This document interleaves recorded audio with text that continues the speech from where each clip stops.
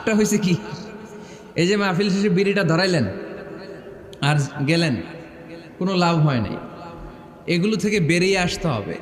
বছরের পর বছর আমাদেরকে শেখানো হয়েছে একভাবে, কেউ এই পরিবর্তনের আওয়াজ তোলে নাই। আওয়াজ আপনাকে তুলতে হবে। আওয়াজ তোলার জন্য এত মানুষ লাগে না, আপনি একাই যথেষ্ট। আপনি দাঁড়ান না সামনে, দেখবেন আপনার সামনে কেউ টিকে থাকতে পারবে না, ঠিক কিনা? কিন্তু আপনার শক্ত সিদ্ধান্ত লাগবে, পরিবর্তনের জন্য শক্ত মানসিকতা লাগবে যে আমি পরিবর্তন করতে চাই। We have to change. যুগ জামানা পাল্টে দিতে চাই না অনেকজন, এক মানুষই আনতে পারে জাতির জাগরণ।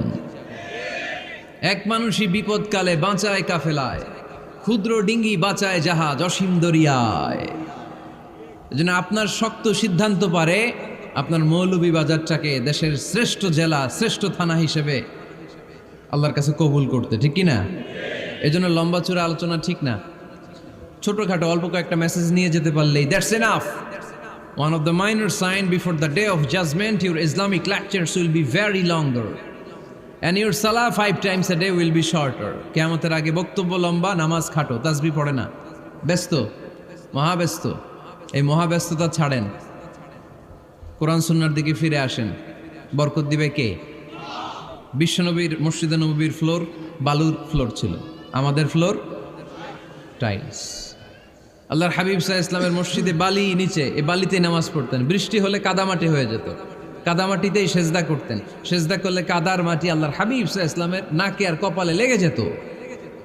তিনি সালাম ফিরিয়ে সাহাবাদের দিকে মুখ ফিরিয়ে বসলে দেখতেন প্রতিটা সাহাবীর নাকে আর কপালে কাদার মাটি মিশে আছে।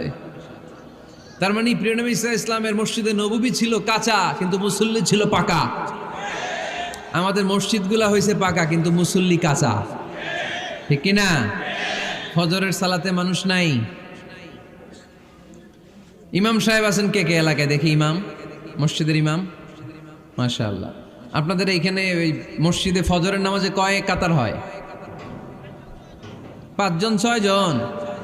কেনে এত কম? কেনে? হ্যাঁ, আসে না, আসতে চায় না লোকজন। তো এই যে 5-6 জন ফজরের সালাতে, কল্পনা করতে পারেন ফজরের সালাতে এত কম লোক। ফজরের জামাতে লোক যায় না, এটা একটা মহামারী। যেদিন ফজরের জামাতের দৃশ্য আর জুমার নামাজের দৃশ্য একরকম হয়ে যাবে, ওই দিনই বাংলাদেশে ইসলাম কায়েম হয়ে যাবে। এখন স্লোগান তোলে বিপ্লব বিপ্লব, ইসলামে বিপ্লব। আর ফজরের সময় আমি কম্বলের ভিতরে, আছে না নাই?